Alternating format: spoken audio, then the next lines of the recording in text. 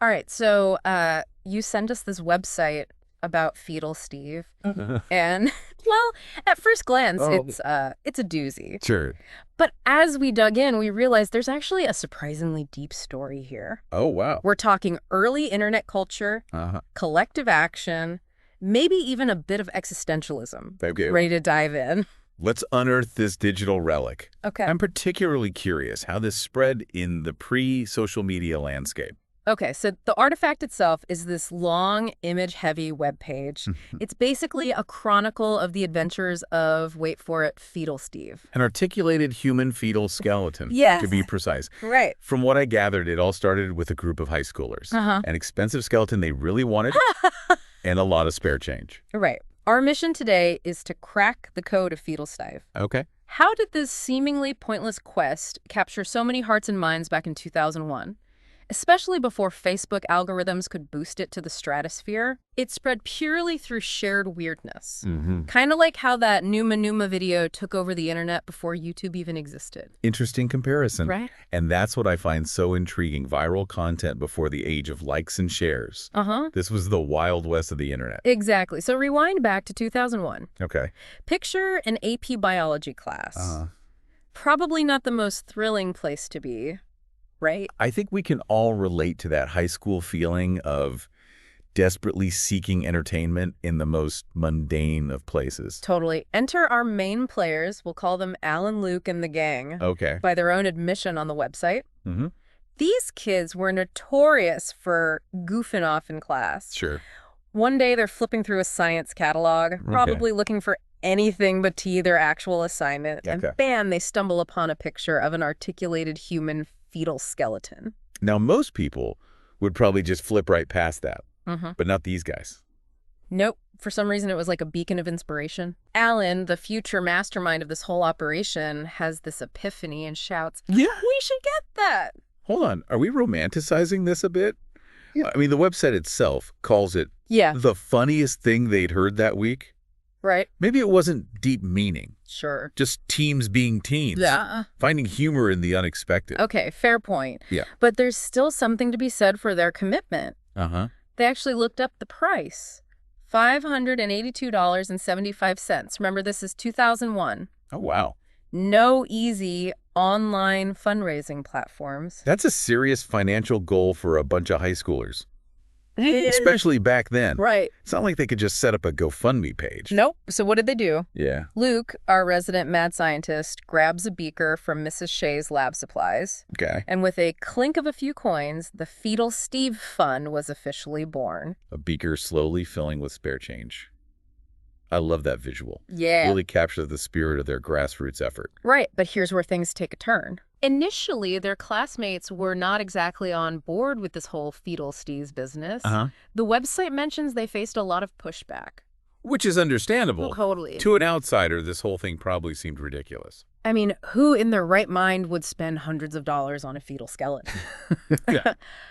But here's the thing. Okay. The more resistance they encountered, the more determined they became. It's like their shared commitment to this absurd idea actually solidified their bond as a group.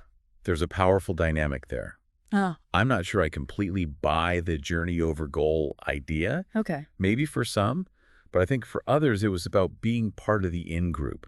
Even if it was based on something absurd. Sure. Humans crave connection, even if it's through shared weirdness. That's a really interesting point. It wasn't just about the skeleton itself, but about being part of something. Yeah. So how did this idea catch on? Remember, this is pre-viral memes as we know them. Right.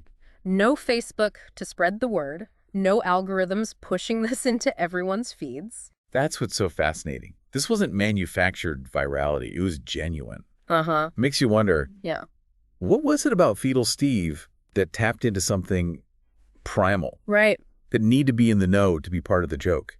Yeah. Even if the joke was, well, a fetal skeleton. All right. So they had their mission. They had their ragtag team of believers.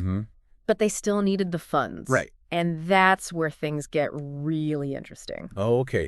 So how did a bunch of high schoolers raise hundreds of dollars in the pre-Venmo era? Right. We're talking car washes, bake sales.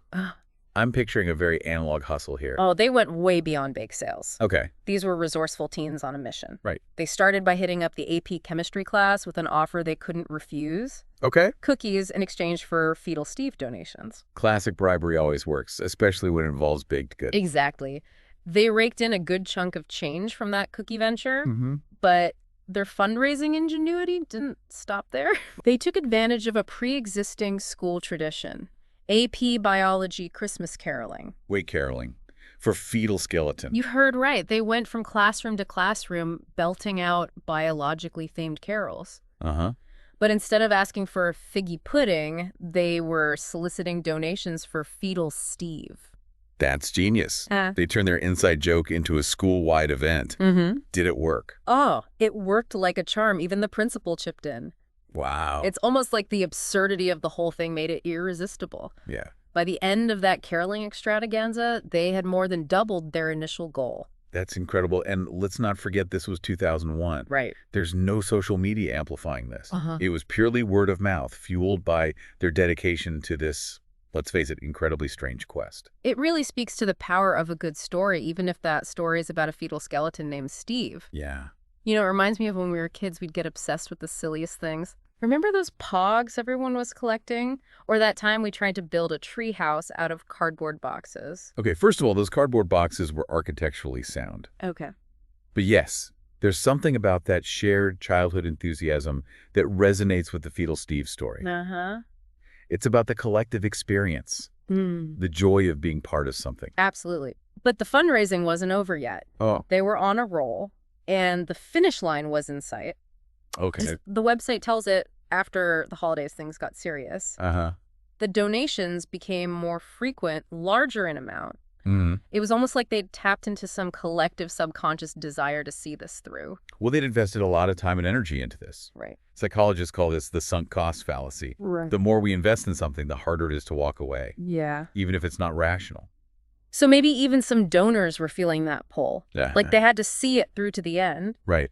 And then came January 16th, 2001, a date that will live in Fetal Steve infamy. Each member of the Six, as they called themselves, contributed $9, pushing the Fetal Steve Fund over the edge. Wow. The Nines of Six, they called it. What a moment. Their cardboard box of dreams had arrived. Yeah. But wasn't there a bit of a letdown when Steve finally showed up? That's where things get really interesting. You'd think the arrival of their long-awaited skeleton would have been met with pure elation, right? Right, confetti, maybe a Steve-themed banner? Exactly.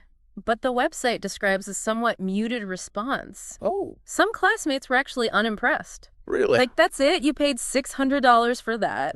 The classic letdown of expectations versus reality. Yeah. Psychologists call this the hedonic treadmill. We chase a goal, but the happiness from achieving it often fades fast. Right. Maybe Steve was a victim of that phenomenon. That's a really insightful point. Thank And even some members of the Six seem to feel a tinge of anticlimax. It's like after all that effort, the actual object of their desire couldn't live up to the hype. Which raises an important question. Was Steve ever truly the point? Or was the real reward the journey itself? Right. The shared struggle, the inside jokes, the sheer audacity of their mission. Perhaps that's what bonded them, what created a lasting memory that went beyond a plastic skeleton. It's a thought-provoking idea, and that shared experience, that sense of collective weirdness, that's what fueled Steve's next chapter, and that's where things get really wild. So Right. they had Steve, but what do you do with a fetal skeleton once the fundraising high wears off? Well, these kids did something truly unexpected. They sent him on tour. Wait, a tour? Yeah. As in like a rock band? Exactly. Fetal Steve became a globe-trotting celebrity. Wow. The website meticulously documents 51, yes, you heard that right, 51 separate tours. 51. Yeah. That's commitment to a bit, taking it to an almost performance art level. Right. And the locations weren't just your typical high school hangouts. Yeah. Steve hit the road, Yeah. visiting everything from small-town Ohio to get this Japan and various spots in Europe. Wow, that's amazing. They really took this to the next level, but why? What drove them to keep this going for years, even after they graduated high school? That's the million-dollar question, isn't it? Yeah. Maybe they'd tapped into something bigger than themselves. Fetal Steve became this symbol of their shared experience, Yeah. a tangible reminder of their high school shenanigans.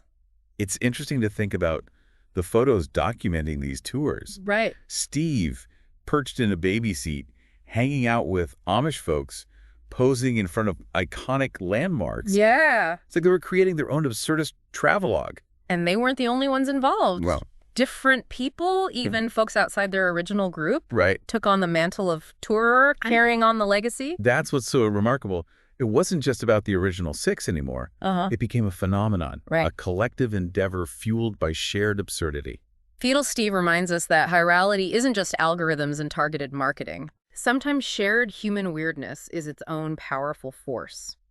Before we had memes, we had a tangible object connecting people through a shared sense of the ridiculous. It makes you wonder, does Fetal Steve have any modern-day equivalents?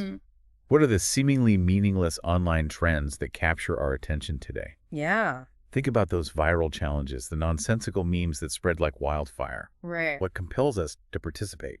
It's a question worth pondering as you scroll through your feeds, as you see the latest internet oddity take hold. Yeah. Maybe it's the humor, maybe it's the desire to connect, or maybe it's just the need to break free from the mundane to embrace the absurdity of it all. And if you're ever feeling nostalgic for the early days of the internet, for a time when things were a little less polished, a little more DIY, I highly recommend checking out the Fetal Steve website. It's a true testament to the power of collective action. A reminder that the most enduring legacies are often built on laughter-shared experiences. And yes, even a plastic fetal skeleton named Steve